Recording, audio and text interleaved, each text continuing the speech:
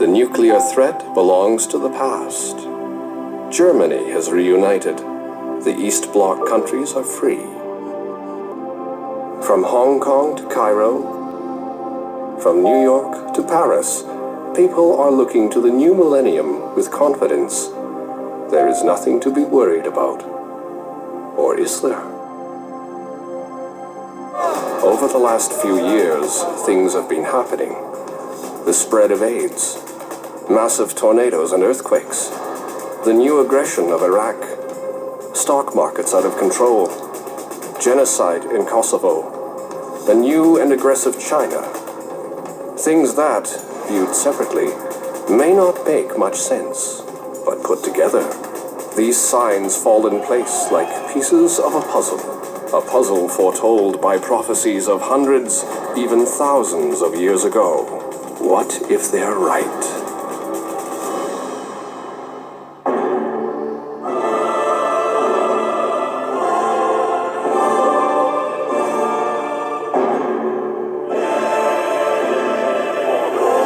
Nearly 1 million American soldiers, twice the number of Desert Storm, have launched a lightning strike into the southern flank of Iran. For nation will rise against nation, and kingdom against kingdom, with famines and earthquakes throughout the world.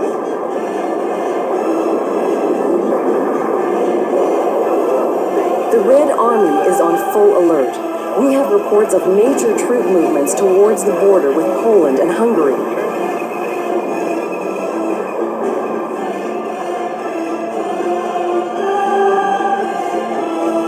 The power grid is shut down. Water supply is disrupted. The president has called out the National Guard.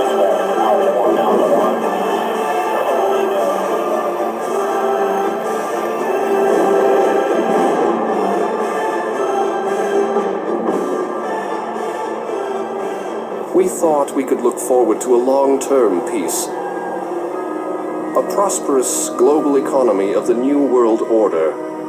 So what about these prophecies of coming disasters?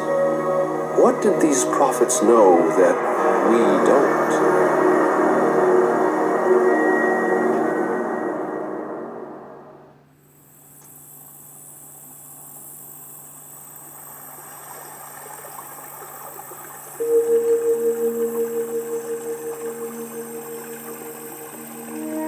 This is where it all began, 5 millennia ago. A place of ancient rites and beliefs that remained unchanged for thousands of years. A place of secrets.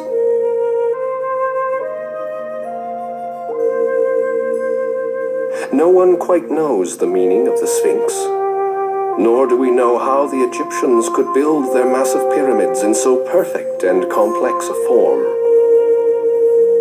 The largest of the pyramids is dedicated to Cheops, or Khufu. It can be entered through a gallery. Some scholars believe that this gallery is a vast and detailed prophecy. Each inch, carefully delineated in stone, represents 1 year. The hieroglyphics describe individual events, which some suggest include the birth of Christ and 2 major world wars. Just before the king's chamber, this amazing timeline comes to an end.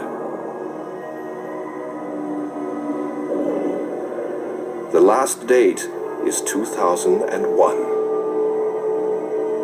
Human civilization ends. Why, we don't know.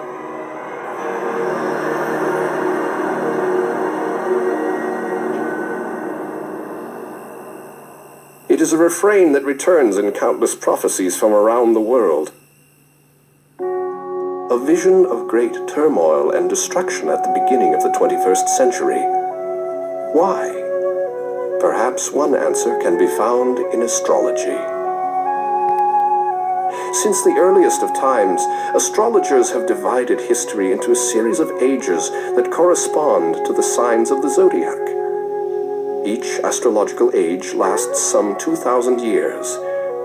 The history of mankind since the birth of Christ took place in the age of Pisces, or fish, an age dominated by the church. Starting in the year 2000, a new age will begin. The age of Aquarius, an age dominated by Saturn, symbol of science.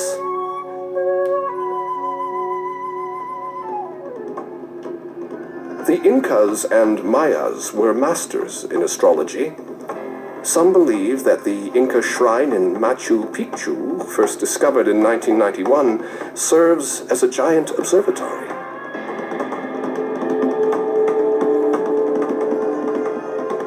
The Mayas, too, organized the history of the world in astrological cycles of 25,000 years. They built pyramids not unlike those in ancient Egypt, and they created a calendar of human history known as the Tzolk'in. It predicts a major catastrophe in the early part of the third millennium in the year 2012. The world shall rock to and fro. The white man will battle people in other lands, people who possess the first light of wisdom.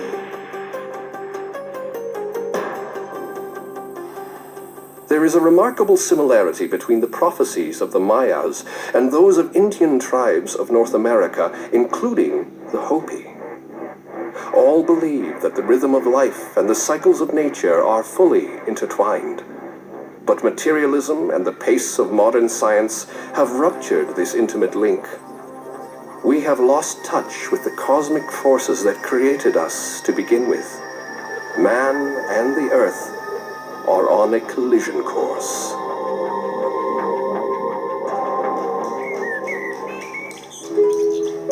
In many ways, the collision course began here in Florence around the year 1400. A long-budding interest in the art, science, and literature of antiquity finally broke free and out into the open, no longer restrained by church dogma. The era of the Renaissance began.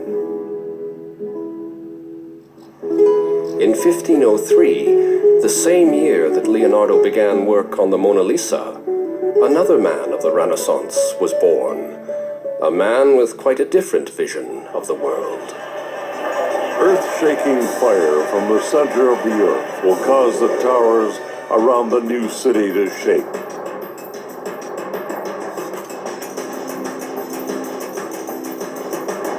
Natural disasters, floods and hurricanes, turmoil and war, a world out of joint.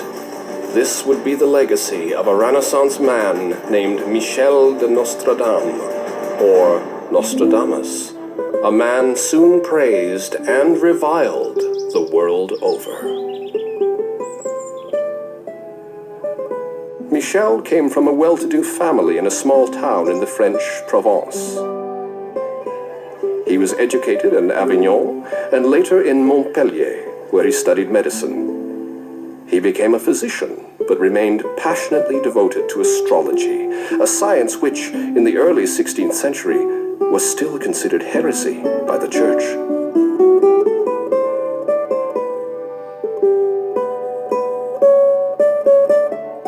Around that time, the plague swept through France and Europe, killing millions. Instead of bleeding his patients, Nostradamus ordered his assistants to collect rose petals and to grind them into powder. From these, he created primitive vitamin C tablets. Hundreds of plague victims were saved.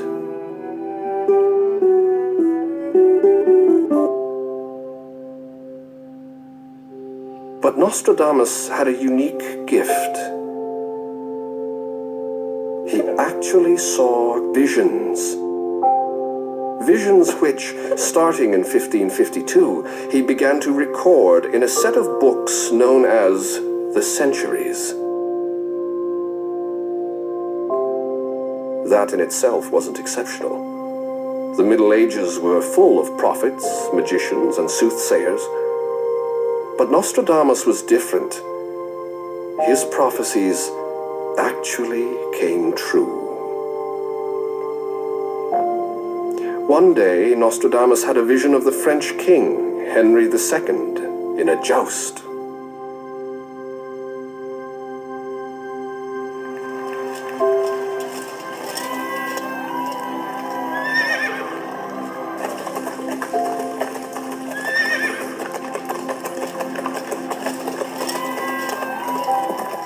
On the field of combat in a single battle, he will pierce his eyes through a cage of gold.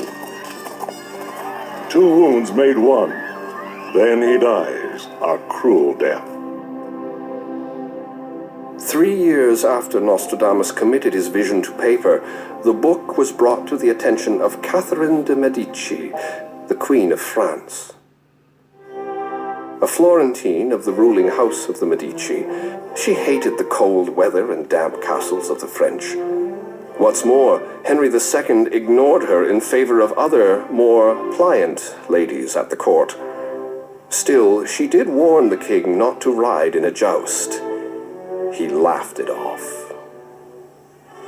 The next great tournament was held near Paris in the spring of 1559.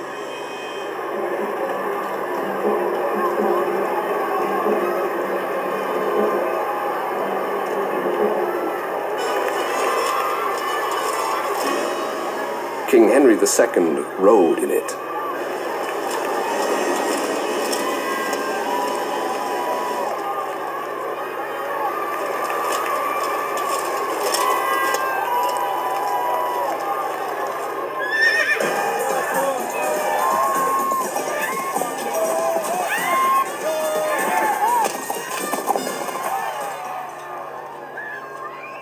Then he dies a cruel death. The death of King Henry left Catherine as the absolute ruler of France. She rewarded Nostradamus by granting him protection for life. His fame spread throughout France and across Europe.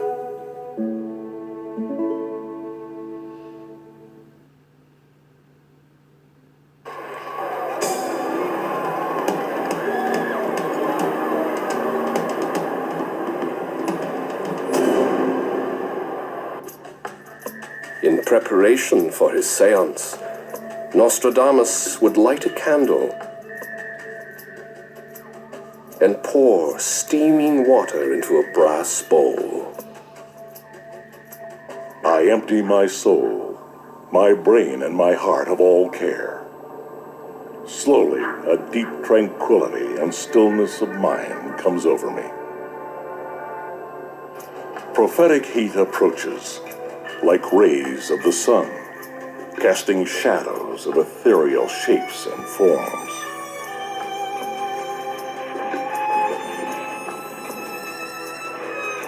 Then comes the clouded vision of great and terrible events, sad and plentiful, human exploits of catastrophic proportions. From the enslaved people, songs, chants, and demands. The princes and lords are held captive in prisons.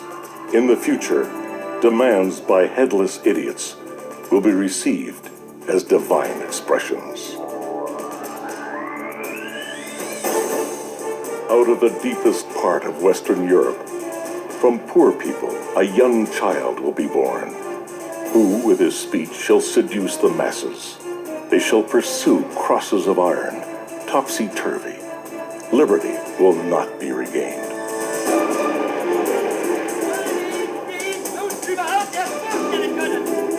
Roman power will be debased, following in the footsteps of its great neighbor.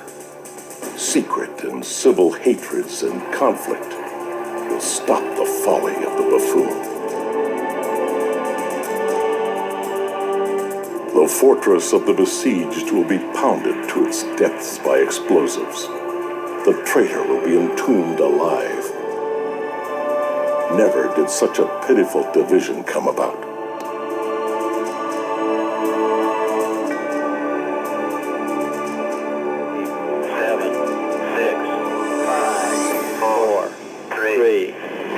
Engine sequence start. 1, 0. Launch commit. We have a liftoff. All engines building up thrust. The scourge now past, the world becomes smaller. For a long time, the lands will be ruled by peace. People will travel safely by air, land, and sea. Man shall come to a corner of Luna, where he'll be taken and placed on an alien land. Tranquility Base here. The Eagle has landed. Roger, Tranquility, we copy you on the ground. Nostradamus was very concerned with the future of the papacy in Rome. A 12th century Irish priest named Malachi once had a vision. He saw the entire succession of 112 popes pass before his eyes. He wrote his vision down. Up to now, all of his predictions have come true.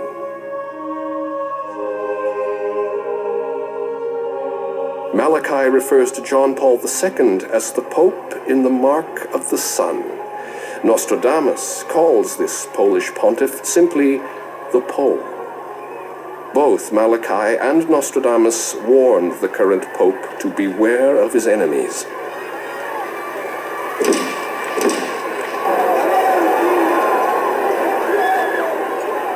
Both believed there is more turmoil ahead for the future popes in Rome.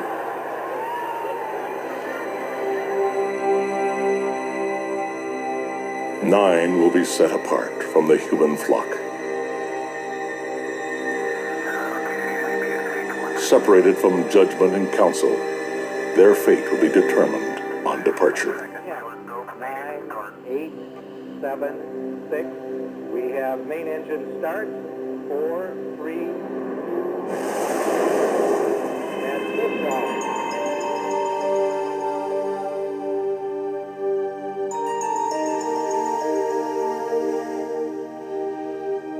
The unripe fruit will be the source of great scandal and great blame.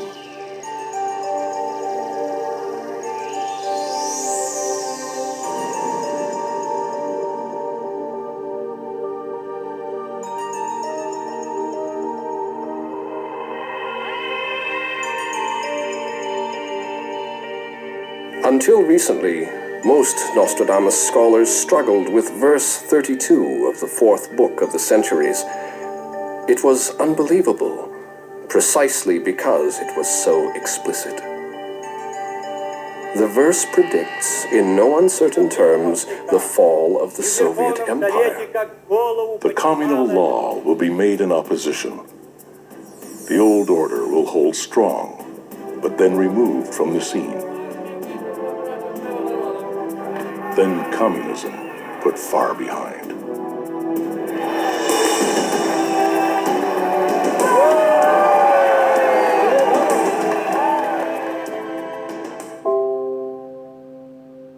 After this prediction came true, Nostradamus and his visions of the future gained a whole new meaning. They could no longer be dismissed. What does this mean for us? Could a medieval doctor from the Provence be right about great turmoil just on the horizon?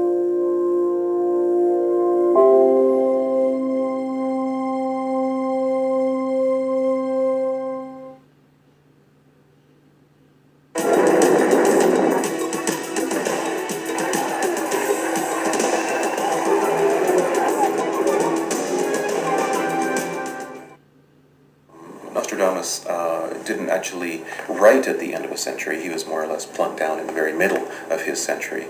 But certainly his most specific prediction targets 1999. When Saturn is in Aquarius and Sagittarius is ascendant, disease and pestilence as the century approaches renewal. Most modern scholars have tried to link the prophecy of pestilence to the rapid growth of AIDS. AIDS, like the plague in the days of Nostradamus, is still spreading, particularly in Africa. Modern science is powerless to stop it. Millions more will die before a cure can be found. And yet, the vision of a great pestilence may have a very different meaning. In the 1980s, a virus called Michelangelo caused havoc with computers. In 1999, the Melissa virus created even greater damage thanks to the far-flung reach of the internet.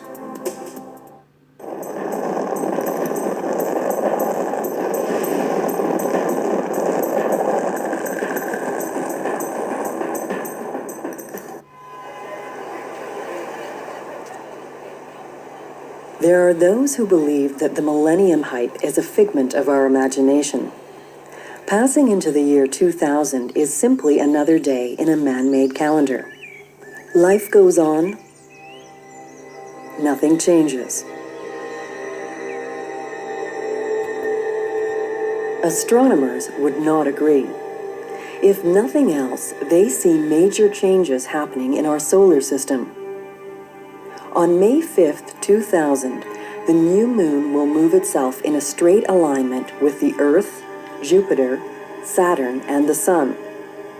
Solar flares will increase 20%. The Earth will be gripped in a sudden and unprecedented gravitational pull, so much in fact that the Earth's polar axis could be ripped out of joint. The American visionary, Edgar Cayce, prophesied that this event would lead to a string of unprecedented natural disasters.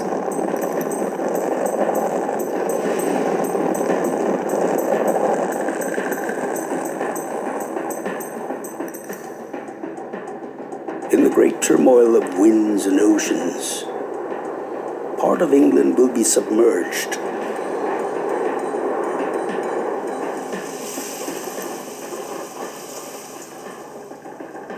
New York, Los Angeles, and San Francisco will be destroyed.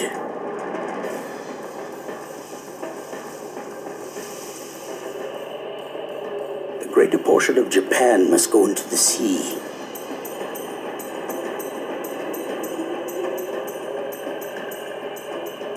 Northern Europe would be changed, as in the twinkling of an eye. Nostradamus also described a major disaster around Easter of 2000, precisely when the alignment of the planets is scheduled to occur.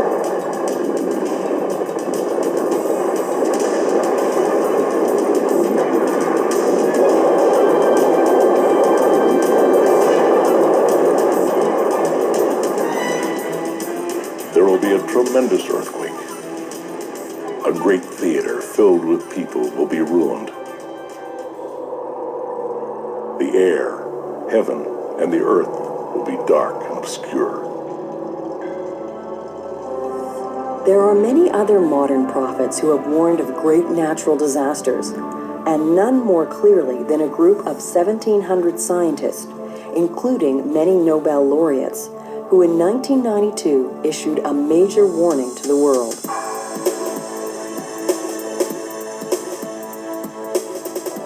First, they warned that our freshwater tables are sinking. 40% of the world population faces long-term drought. For the other half, drinking water is slowly dwindling by the steady poisoning of rivers and streams.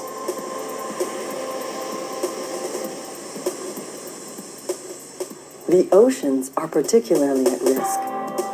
Each year, millions of tons of garbage are dumped by freighters and cruise ships. More fish are being caught than the oceans can resupply. Some fisheries have already collapsed altogether. The reason is that the oceans themselves have begun to erode, and with it, the most precious asset of the undersea's food chain, the coral reef.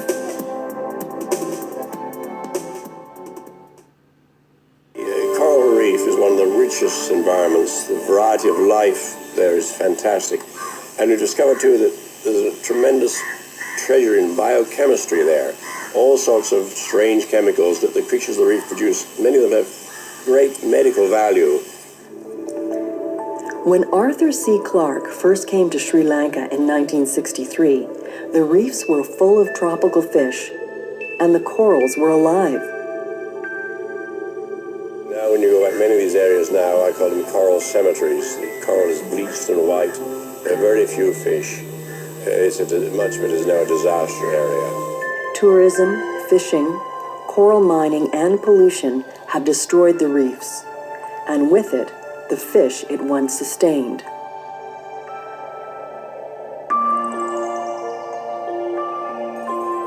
It is a story that is being repeated around the world, from Jamaica to Egypt, from Tahiti to the Florida Keys.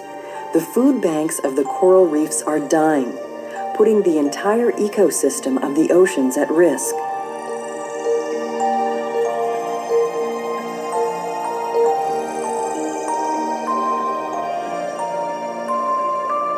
In 1992, scientists of the International Coral Reef Symposium in Guam estimated that by 2050, 70% of the Earth's coral reefs will be gone. Human-induced pollution, dumping, and tourism is one factor. Another is fishing. For many years, fishermen in Hong Kong, Taiwan, and Singapore dumped cyanide poison to stun and capture large fish. The cyanide was left to settle and kill all life on the bottom. The temperature of the oceans is steadily rising, yet an increase of only a few degrees is enough to kill the tiny algae that nurture coral reefs.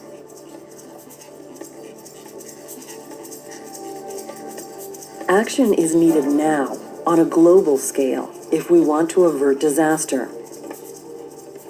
So it's like the rainforest. We're destroying something which is a treasure house, which could be used to the benefit of all mankind if we discover it in time before we destroy it.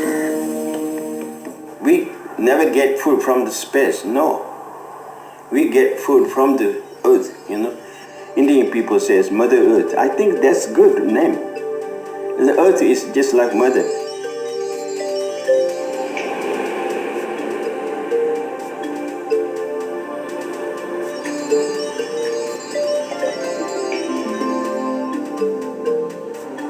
Like the coral reefs, the rainforests too are at grave risk.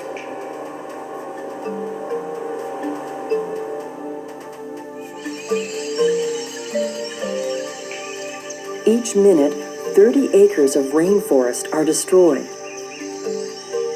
By the end of each day, some 100 square miles of oxygen-breathing forest are gone forever. At this rate, most of the tropical rainforest will be gone before the end of the next century. The net result of this ecological erosion is an alarming loss of species. By the year 2100, 1/3 of all the Earth's species will be gone. At the same time, the total world population of 5 billion will double or even triple. If this prophecy holds true, then by the end of the next century, twice as many people will be fighting for half the available amount of water and food supplies.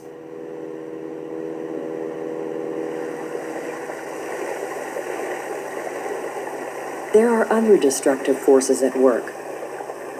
One is global warming. Sea level has probably risen by something between 10 and 20 centimeters over the last 100 years. The most that we expect sea level to rise over the next century is perhaps by about a meter. The other is the erosion of the ozone layer. The ozone protects us from solar ultraviolet radiation, but has been steadily depleted by the emission of industrial chemicals known as CFCs. We can't always use fossil fuels for the production of electricity. There are many environmental reasons why you don't want to do that. One of the most popular now, of course, is the addition of CO2 to the atmosphere. We don't need to panic, but we ought to be making those kinds of research and development plans that we have an alternative to coal and other fossil fuels in the not-too-distant future.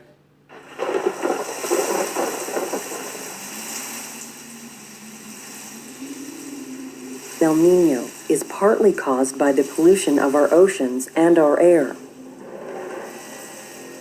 The El Niño season of 97-98 caused billions of dollars worth of damage. Got one now and it's going down. It's on the ground. On the ground where? A rash of hurricanes lashed the coasts of South and North America, changing weather patterns across Europe, and produced a number of monster attacks by tornadoes in the United States. So many earthquakes, so many, destroyed tornadoes, people's life and possessions. We are damaging everything's environment by ourselves.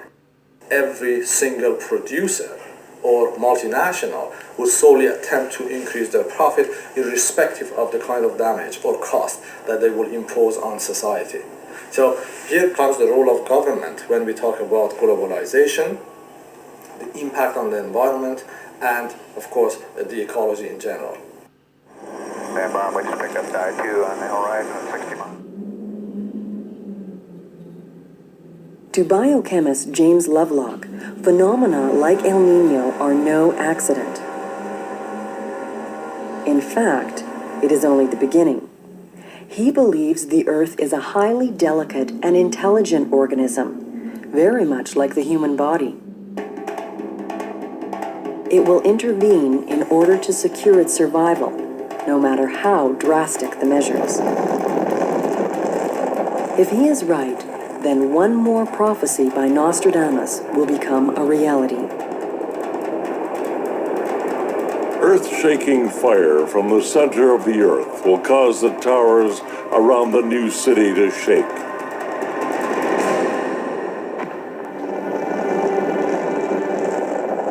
War, man's ultimate peril.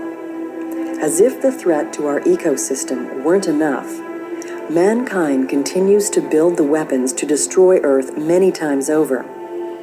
And as some prophets believe, the first signs of a coming thermonuclear war are already visible today.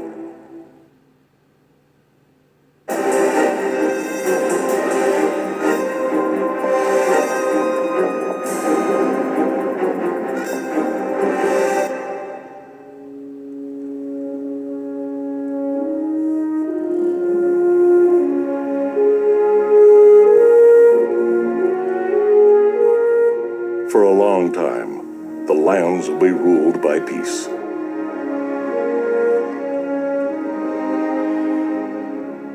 People will travel safely by air, land, and sea.